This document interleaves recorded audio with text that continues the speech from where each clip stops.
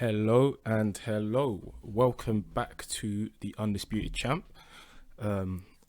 We've got a new topic for today. I'm still gonna be working on the series that I did in the first video about going down the Ring Magazine top 10 of certain divisions and just giving you my thoughts. But today we're gonna do something slightly different, and this is gonna be another series that goes on my channel.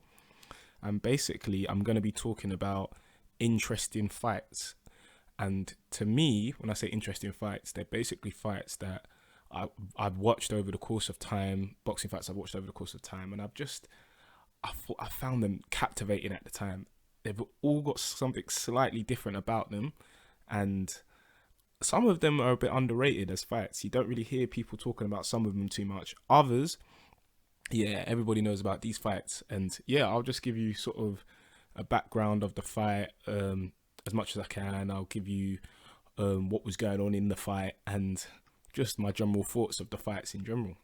So, let's not waste any more time and just dive straight in.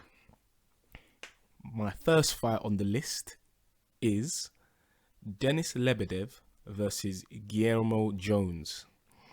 So this was a cruiserweight fight, and it was for the WBA cruiserweight title.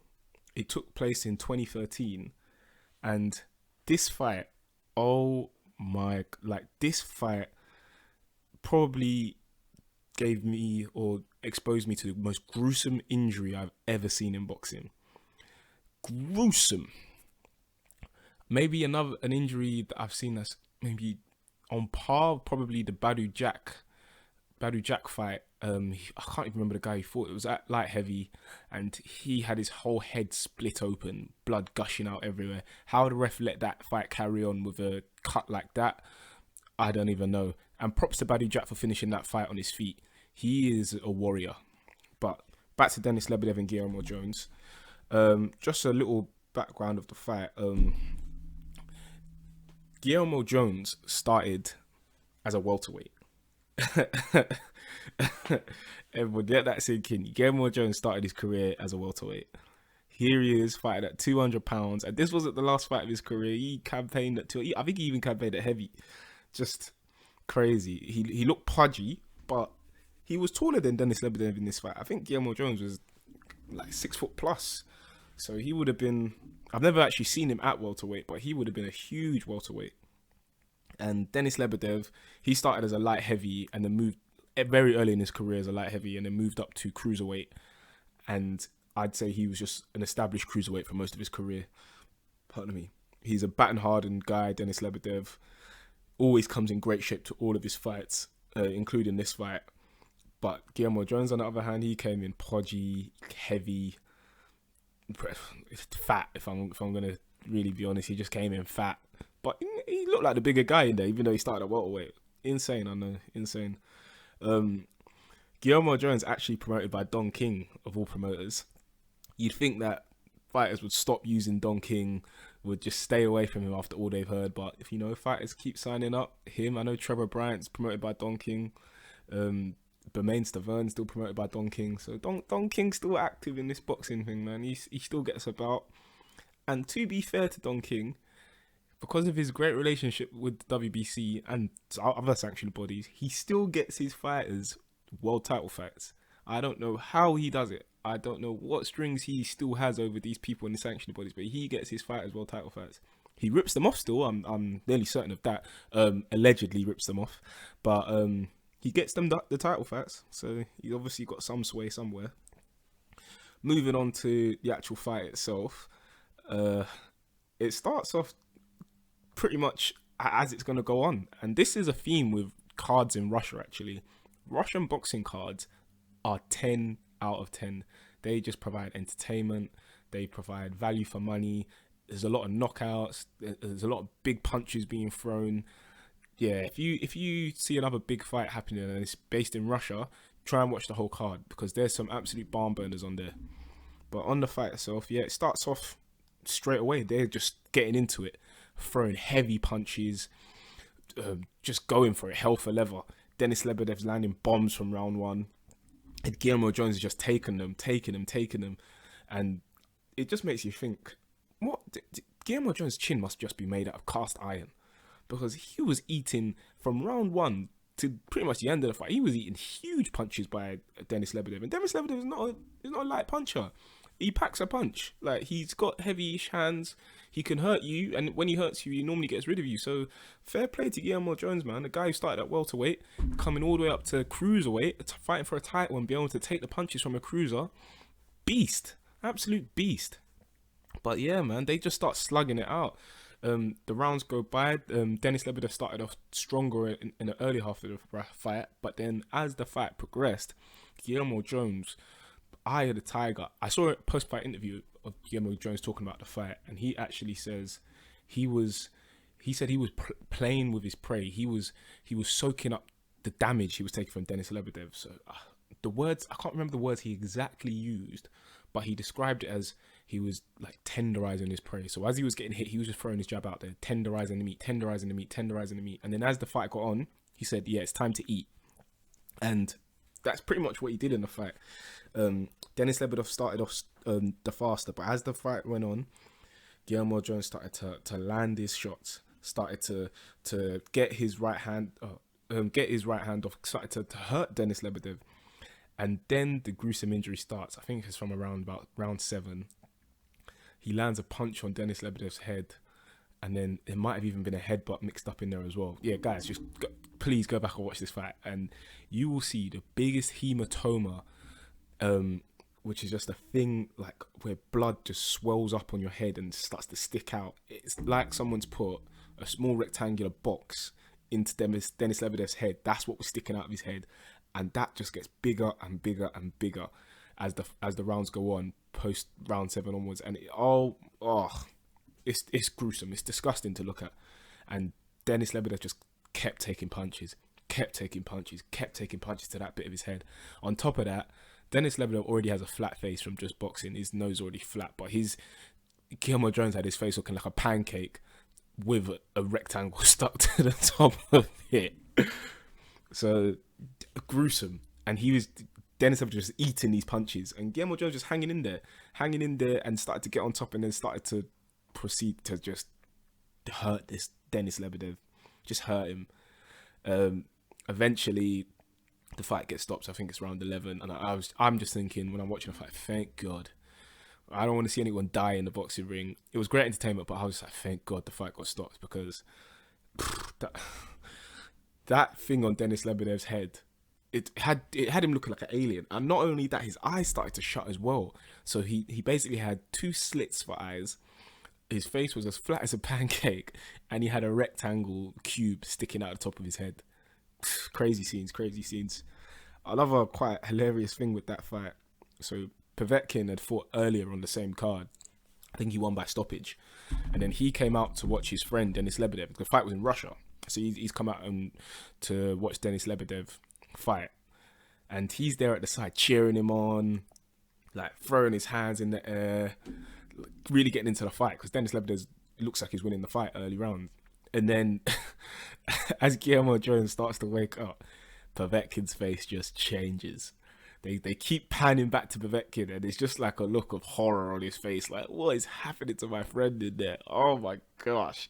He's trying to egg him on, but there's no egging on that can be done. The damage had been done by Guillermo Jones, and Povetkin looks like he's having a nightmare. It looks like there's a nightmare on Denis Lebedev's face, and Guillermo Jones walks out with a dub. There was a bit of controversy after the fight. Guillermo Jones gets popped for PEDs. They strip him of the title later on down the line, and then there was a rematch. And I wasn't into boxing at the time when the rematch took place, but when I went back and I found that there was a rematch, I was like, yes, there's a rematch. Can't wait to watch this rematch or find it on YouTube. And then on the night of the fight, so the card had already started. The night of the fight, they pulled the fight. I haven't managed to find out why. I'm going to assume it's probably PD issues with Guillermo Jones again. But yeah, the night of the fight, after the card had already started, the Guillermo Jones Denis Lebedev 2 fight got pulled. So yeah, if anyone knows any more information of why that happened, let me know, please, in the comment section or message me or whatever. But crazy. Moving on to another fight. that this fight is one of my favorite fights as well. This fight is just it has everything, and it has a nuance of boxing that you don't always see, which I'll explain later. And by the way, all these fights that I mentioned, they're all on YouTube to watch. So if you get a chance, watch them. But yeah, back to this fight I'm going to mention. Yeah, it has a nuance in boxing that you don't always see. A great fight, and of two great fighters as well. Two great fighters in the heavyweight division. This is Lennox Lewis versus Vitali Klitschko. This fight took place in 2003 and was for the WBC heavyweight title at the time. To give a little bit of background, Lennox Lewis had previously become the undisputed heavyweight champion, what we all love to see in boxing. One true champ, no discussion, no issues, no this my guy might be the champ. No, Lennox Lewis got all the belts, unified the division, and became undisputed. But obviously, sanctioning body politics meant that he got stripped of a couple of belts. He didn't want to fight people when they wanted him to fight them, or he wanted to fight better people than his mandatories, etc., etc. And he got stripped, and he only ended up holding on to the WBC belt. Vitali Klitschko, at that time, he was a contender coming up in the ranks. So he was coming up, he was building his name. Him and his brother were making a storm in the heavyweight division. And earlier, I think Vitali had actually won the WBO belt from Herbie Hyde a few years back. That happened in London, actually. He fought Herbie Hyde at the Den in Millwall, knocked Herbie Hyde out. And Vitali, later on, a few fights later down the line, I think it was against Brewster.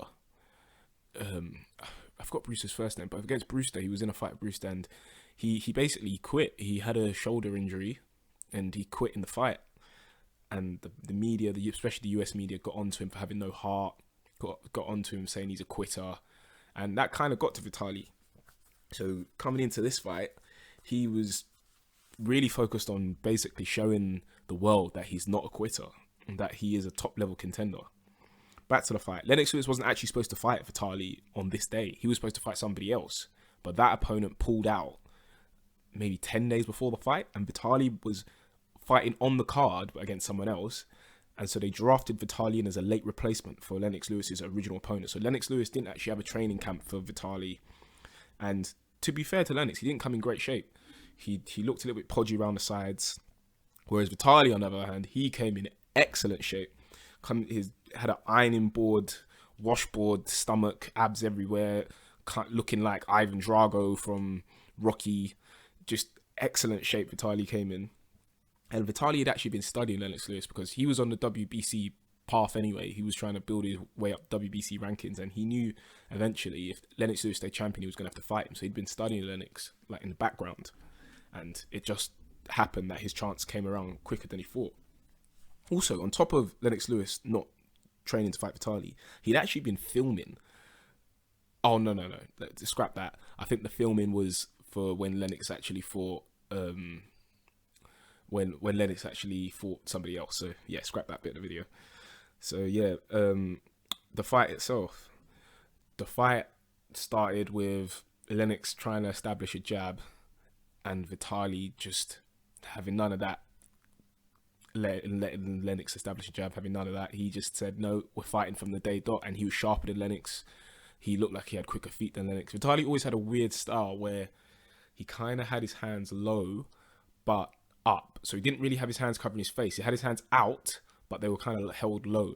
And he'd use that to like throw jabs with the hand already extended. It was quite an unusual style, but it worked for Vitali. And he sort of used to lean back from punches rather than block them. And Lennox obviously found that unusual to begin with. And on top of Lennox finding that unusual, Vitali was quick in there. He was throwing shots quickly. And Vitali is a hard puncher. He's got one of the highest knockout percentages in the heavyweight division history. So you don't want to be on the end of Vitali's punches for too long. So Lennox is in there. He's getting beaten to the punch by Vitali pretty much every time. Vitali's getting off early. He's hitting Lennox hard, and Lennox looks a bit startled in there. So about maybe round 4 or 5, Lennox gets to the corner, and Emmanuel Stewart, his trainer at the time, just rips into him, and he says, "Lennox, you gotta wake up and you gotta take this fight to the streets. And Lennox basically says, okay. He comes out of that corner and Lennox takes this fight to the streets. He starts being dirty. He starts jabbing Vitali and then rubbing his forearm in his face and trying to scrape down and all these dirty tactics. But he was getting into the fight and he was landing huge shots on Vitali as well. There's one shot that this shot, you're probably gonna hear me say, shot deep down from hell. But some of these uppercuts that I'd be describing, this shot that Lennox threw, he threw an uppercut that I literally thought it decapitated Vitali Klitschko when I first saw it. I thought Vitali's head had flown into the crowd. I don't know how it stayed on his shoulders. But yeah, he threw this shot with all his might. He dug deep into the ground and he threw this uppercut. And Vitali ate the uppercut. That was when I was like, Vitali's got a chin. Vitali has an amazing chin. Excellent chin. And yeah, he ate that uppercut. And Lennox Lewis just proceeded to just land on Vitali. Vitali's still in the fight, bear in mind. Like, Vitali didn't go anywhere. This is what makes this fight so great. That Vitali didn't go anywhere. He didn't go missing. He didn't go running. Yes, Lennox had got back into the fight by making it dirty, but Vitali stood in the trenches and he fought with Lennox. And they're both exchanging great punches. It's just a great fight. And eventually, Lennox is told that he was putting on Vitali, started to tell, and he started to land more and more and more. And he started to cut Vitali up, started to slice up his face. His face was looking like a mess in there, and every time Vitali would go to the corner, the cut man would try his best to try and do what he can between the rounds, but there's just not really much you can do. Lennox had cut him up so much. Eventually, the fight ended up getting stopped on cuts, and you don't really see too many fights getting stopped on cuts, especially when the guy who's been stopped was ahead, because in my opinion, Vitali was ahead in the fight, and I think he was ahead on the judges' scorecards as well. But the fight got stopped on cuts, and fairly so. Lennox Lewis had landed enough damaging punches to get the fight stopped. And it kind of proved to everyone that Vitali did have heart. He didn't go missing. He didn't run. He didn't hide when he was getting cut up in there. When the Lennox Lewis was landing uppercuts from Hades, he stood in there and he fought Lennox. And that helped to rebuild Vitali's name in America especially, but also all around the world. I think it gave Vitali a huge confidence boost as well, to know that I can stand in there with one of the best heavyweights in heavyweight history. When you look back on it, Lennox is probably a top 10 heavyweight of all time. It definitely top 15. And Vitali stood in there and he took the punches and he fired back and he was winning the fight. So just to me, just a great fight, and I implore all of you guys to watch it and just watch that uppercut if you don't watch anything else from this video. Go on Google or go on YouTube. You type in Lennox Lewis versus Vitali Klitschko uppercut and you'll know what I mean when I say the uppercut was just vicious. Also, this was Lennox Lewis's last fight. I think Lennox just realised, look, I can't be in it with these young bucks. I've become undisputed. I've done a lot in boxing. I've beaten everyone I've ever faced. Let me get out now. Because these young bucks on the scene, yeah. And after the fight, Vitali, I think he had about 43 stitches on his eye. Crazy. But he came back and he went on to have a really good career after that. So, you know, shout out to Vitali Klitschko's plastic surgeon. You allowed us to see a great fighter continue. The next fight, it's a bit more recent. It is between two fighters who... This isn't a world title fight, which is the first on this list. And it's between two fighters that I think were fighting for two different things, or at two very different stages in their career. One fighter was fighting trying to use the fight as a stepping stone, and the other fighter was fighting for his career, pretty much. And that fight I'm talking about is Izu Ugono versus Dominic Brazil. So, a bit of background on both fighters. Izu Ugono was probably most famously known for being a Joseph Parker sparring partner, and he was in the same gym as Joseph Parker under the same trainer, Kevin Barry. He's a big heavyweight. He's got Nigerian descent, but was born and raised in Poland. And he was on the rise at the time of the fight. He just signed with PBC in America. This was his first fight under PBC, and he was using it as a stepping stone, really, to try and progress his career. He had a decent record going in, and he was looking at Dominic Brazil as, if I get through you, probably get through one more guy, I'm in line for a title shot. Dominic Brazil, on the other hand, big heavyweight from America. He'd recently fought Anthony Joshua and got knocked out in, I think, the 7th or 8th round. Didn't look great in that fight.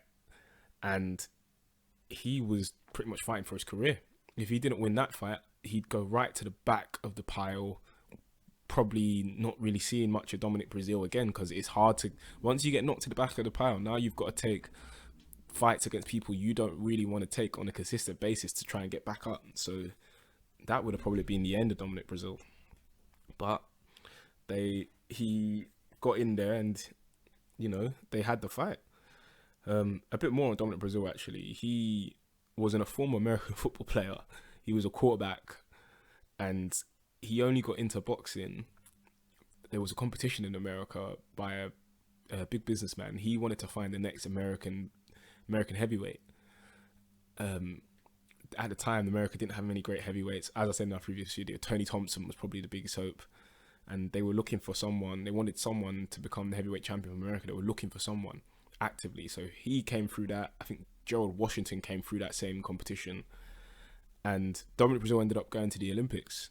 Didn't do much in the Olympics, but through that competition, he got into boxing, got on the Olympic team, and went to the Olympics.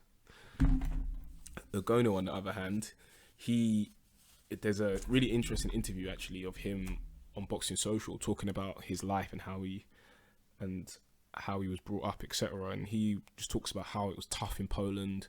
He said he'd literally have to fight. When he used to go to school as a kid, he'd have to fight from when he left his house to when he got to school. And he'd just grown up fighting on the street, fighting every day. Imagine you're going to school and you literally fight every single day. Like, I just find that just intense, firstly, and just incredible to even, like, you fight every single day to get to school. He was probably the only black family in the area, and yeah, he's just a tough guy, man. Tough upbringing. None of these boxers have it easy, like, boy. But yeah, they had the fight. The fight was actually based in America, and the fight starts with Izu. Izu's just looking fresher. He's looking like the better boxer. He's using his feet, and he's doing a thing that heavyweights don't normally do. He's throwing a lot of body shots. He's trying to cripple Dominic Breazeale to the body. And it looks like he's paying off. He's in there, he's pounding to the body, throwing punches left and right, and he's hurting Dominic Breazeale. And it even floors him early in the fight. But Dominic Breazeale, he when you're fighting for your life, when you're fighting for your career, it's hard to knock someone out because you have a different type of energy. It's just hard. I actually think when your back is against the wall as a human, it's nearly impossible to stop that person. That person will have a superhuman type strength, will have a superhuman energy, and if you beat that sort of a person, then you've really, really beaten someone. They pushed you to the edge, because I don't think anyone could have beaten him that night. I know it sounds kind of super cliche, but maybe bar the champions in the division, I don't think anyone else was beating Breazeale that night. He got off the canvas. He was taking a pasting from Ogono in there, and he said, "No, this is my fight." And he just did what he had to. He threw the punches he had to throw. He worked his socks off. This is a great fight, by the way, because they're both landing bombs, and Breazeale can bang as well. He's not the most technically gifted heavyweight, but if he lands and if he manages to load up and land, yeah, it's long. So he gets up the canvas, he starts landing his bombs, and he hurts Ogono. Ogono comes rushing in and he gets put on his backside. Ogono gets knocked down. It doesn't look like a super heavy knockdown, but he gets knocked down. And they proceed to fight. And then Ogono, as the time goes on, because he's not used to working at such a high work rate, he starts gassing out. And Breazeale just stays in there. He wasn't going anywhere. He wasn't being moved. And he lands his punches. He fights Ogono. He lands his bombs. And eventually, he knocks Ogono down again. And that's all she wrote. The referee came in and stopped the fight. Ogono looks completely and utterly gassed at the end of the fight. If anything, Ogono threw the fight away by just having bad conditioning and rushing early doors in the fight. But Breazeale, heart of a lion. In that one particular fight, heart of a lion. After that fight, didn't really show me much. I think he had the Wilder fight not too long after. Wilder stole his soul in the second round. We haven't seen Breazeale since. There's another lesson. Don't talk too much smoke before a fight, because he was talking hella smoke against Wilder. And Wilder put him into the spirit realm, stole his soul, and then I think Breazeale had to delete his Twitter and his Instagram because the the backlash from the fans was a bit too much for Donny. But yeah, great fight, guys. Great fight. Just having a drink there, but amazing fight. It's on YouTube. If you have the time, go and watch that. And then the last fight on my list, another heavyweight fight. It's not a title fight though. Well, it's not a world title fight. It's a British title fight, and it's between Anthony Joshua and Dillian Whyte. This fight was in December 2015, and the hype around this fight, oh my gosh, the hype around this fight was intense. In the UK at that time, if you were a boxing fan, or not, you didn't even have to be a boxing fan. If you were sort of a fight fan, or just like AJ or just like White, you were tuned in for this fight. It was at a packed out O2 Arena. I wish I was at the O2 Arena that day. Unfortunately, I wasn't. I was watching it at home, but I wish I could have been there because the atmosphere just looked electric. AJ's making his way up the rankings. He's got pretty much the whole British public on his side, and Dylan is coming in as the antagonist. Dylan actually fought AJ in the amateurs. I think it was AJ's third fight, and it was Dylan's first boxing fight. But I know he'd had a lot of kickboxing fights before that, and Dylan beat him, and he got a stoppage over AJ in the 3-round fight. I think he stopped him in maybe the third of the 3 rounds, and that was being circulated around. Even Sky was playing that fight.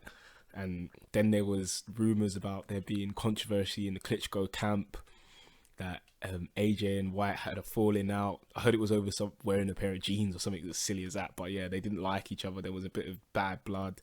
And Dylan's nickname back then, right now it's the Body Snatcher, but back then it was Dylan the Villain White. So yeah, he was playing up to the antagonist role perfectly. And yeah, going into that fight, all that energy, all that built up tension between the two just played out perfectly. AJ first round boxing Dylan's head off, to be honest, landing straight rights, sort of stalking Dylan, poking fun at him, and then he landed a punch maybe on the bell or just after the bell, and then Dylan reacted. Dylan then just blew up and threw his punch after the bell, and then all the corners just fly into the ring. And I'm even hearing rumors that somebody had a weapon in the arena, was about to let it off, and that then he got taken away, and carnage in there, absolute carnage. But anyways, the ring cleared out again. It was Dylan and AJ back in the ring only, and the referee, and they proceed to do the second round. And again, AJ stalking Dylan Whyte. At this point, AJ had never been hurt, AJ had never been stopped. AJ pretty much looked invincible up until now. But in that second round, AJ throws a right, doesn't quite connect, and Dylan, an instinctive left hook flies out of Dylan. Dylan's got a great left hook, and this left hook flies out of his arsenal, connects with AJ's chin, and AJ was shaken to his boots. First time we'd ever seen AJ hurt in any sort of trouble. And the the arena looked shocked.